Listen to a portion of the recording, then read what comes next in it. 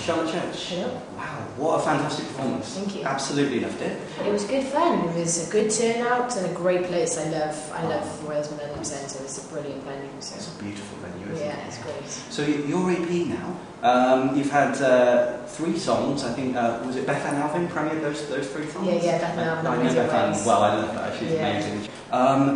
How not to be surprised when you're a ghost? Is that like seen as the current single? Because I've seen a video for that, beautiful artistic video. Yeah, it kind of is, but I kind of want to make as many videos as possible. Obviously, I'm kind of doing it all myself, so there's no sort of outcome, or anything behind it, and therefore you're kind of able to make all of the creative decisions, etc., that you want to involve all of the people that you want to involve, which is great.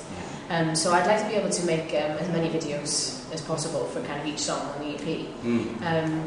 And that way, I think it better explains the song. And I don't know, you just have something a little more that for each song, and I think that's kind of important with what we're trying to do. Yeah. So how not to be surprised when you're a ghost is a crazy video. It's kind of really surreal and odd.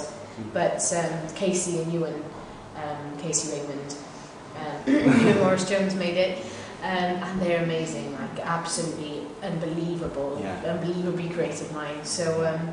Yeah, it was good fun. I think it's a beautiful song with a phenomenal sentiment behind it. It's really a really beautiful sentiment behind it, actually. And so we kind of thought with the video, because a lot of it is about death, essentially, just kind of a way to portray that wouldn't be too gothic.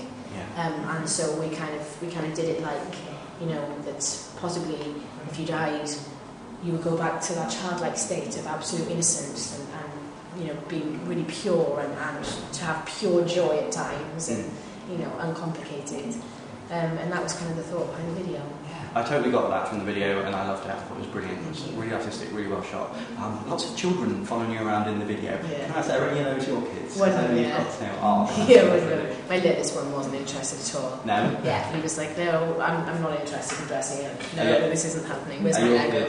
Sorry, are your kids as embarrassed as mine when people start coming up to you and going, oh, can I have your kid? Well, mine are really little. Yeah, mine are like 3 and 4. So, mine are a bit like, oh, there, it's my baby. Yeah, bless them. Oh. So trying to keep them out of it a bit, or if I'm with them, then, So with the theory of kind of, when you die, what happens afterwards, and dealing with the themes of death. Obviously, I work in horror films and mostly zombie films, but with a political leaning and using them as a metaphor. So a zombie film, obviously, is somebody who's dead but doesn't know they're dead and still carrying on going. We're in depression at the moment, and there's a lot of negativity. Is it like this? Well, that's a haunting song. Is it a positive song? I think essentially Ghost is a really positive song. It's also it's originally taken from an idea in a Nabokov novel, Pale Fire, and it's taken from the poem at the start. It's a 999 line poem which is cyclical, so it's ever going round, and it's basically about that all time exists at once. So when you die, all time exists at once. So everybody who is still living and everybody that you've ever known will be there. Everybody who's passed away will be there. So, everybody is there. Everybody you've ever known is there. And that in itself will have its own problems, will create its own problems, whether there was somebody who was still alive, who was your romantic partner, and you also had a romantic partner and they died, or whatever. Just to have everybody you've ever known exist in one place at one time will present its own problems. And whether you can make that work or not is your heaven or your hell. It's kind of the idea where the song kind of came from. And then if with that in mind, if you listen to like the lyrics of the second verse, then they kind of make a little bit more sense. I think that's brilliant. But I suppose there could be certain parallels drawn. I mean, I'm not very well versed in zombies. Maybe I should watch some films.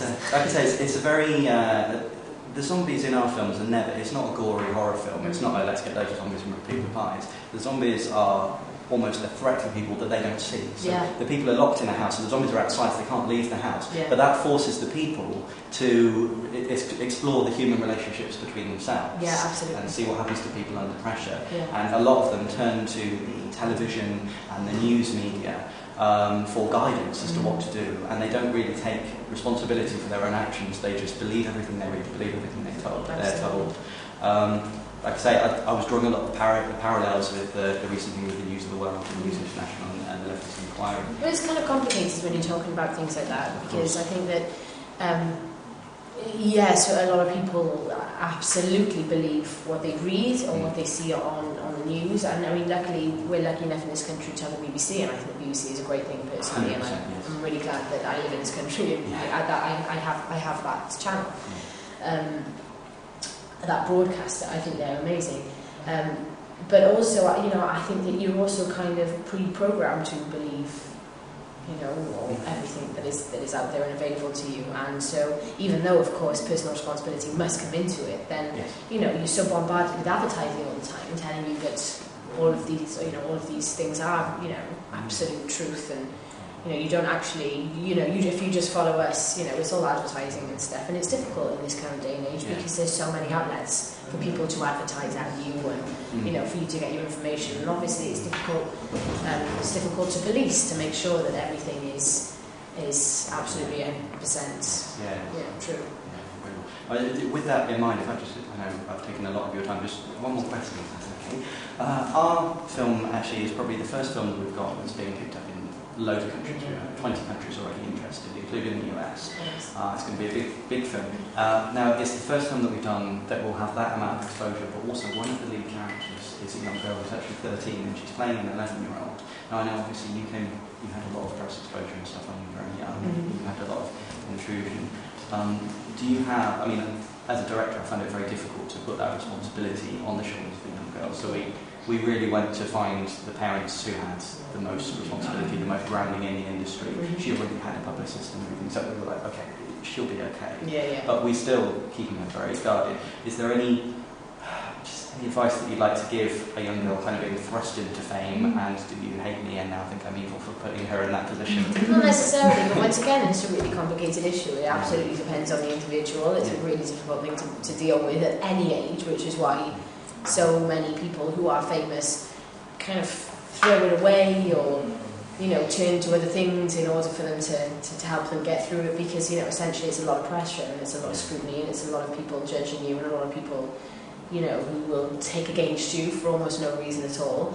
And so it's quite a difficult psychological process to go through. And it's weird, and I think I can't think of anything that's remotely similar to it, really.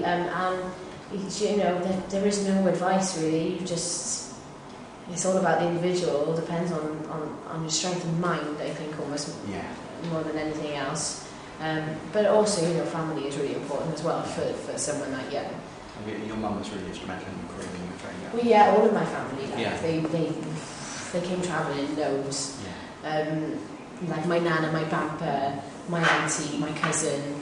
There was quite a lot of the time, quite a few of us.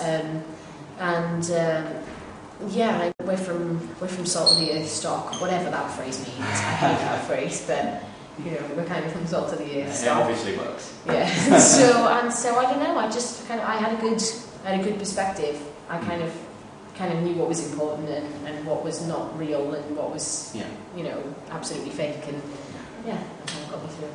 Amazing. Well, I don't want to take any more of your time. No worries. Thank you so much. Thank you. I really appreciate it. Thank you.